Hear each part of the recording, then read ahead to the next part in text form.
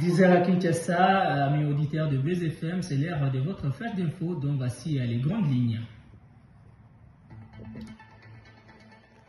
Le gouvernement congolais a débloqué la somme de 20 millions de dollars américains pour faire face à l'épidémie d'Ebola qui frappe la partie est de la RDC. Le ministre de la Santé, Roger Kamba, a révélé cette information lundi 25 mai à Kinshasa lors du briefing ministériel virtuel organisé par African Center for Disease Control and Prevention Afrique CDC. Il présente cette contribution comme un signal fort tranchant avec la réponse jugée insuffisante lors des épidémies précédentes et présentant une part significative du plan continental de riposte estimé à 319 millions de dollars.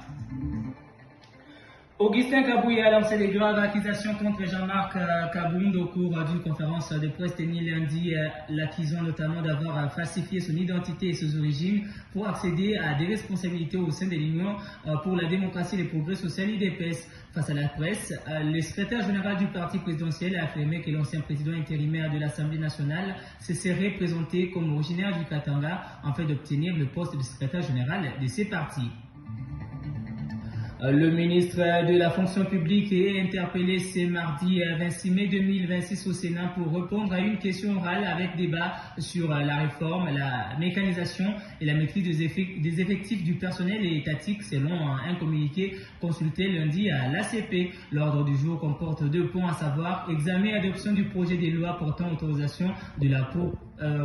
prorogation de l'état de siège et de la question orale avec débat du sénateur Janvier Moucha Kashiwa adressé au vice-premier ministre de la fonction publique, modernisation de l'administration et innovation du service public Jean-Pierre Liaou relative à la réforme de l'administration publique, la maîtrise des effectifs et la mécanisation des agents et fonctionnaires de l'État, note les communiqués signés par le rapporteur du Sénat Nefertizi Ngoudianza.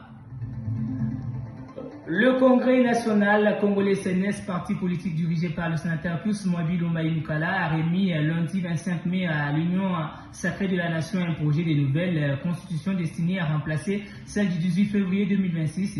jugée inadaptée aux réalités actuelles du pays. Les documents ont été réceptionnés à Kinshasa par le secrétaire permanent de l'Union sacrée André Mbata au siège de la plateforme présidentielle. Prenant la parole à cette occasion, Pius Mwabilo a estimé que l'actuelle constitution avait été conçue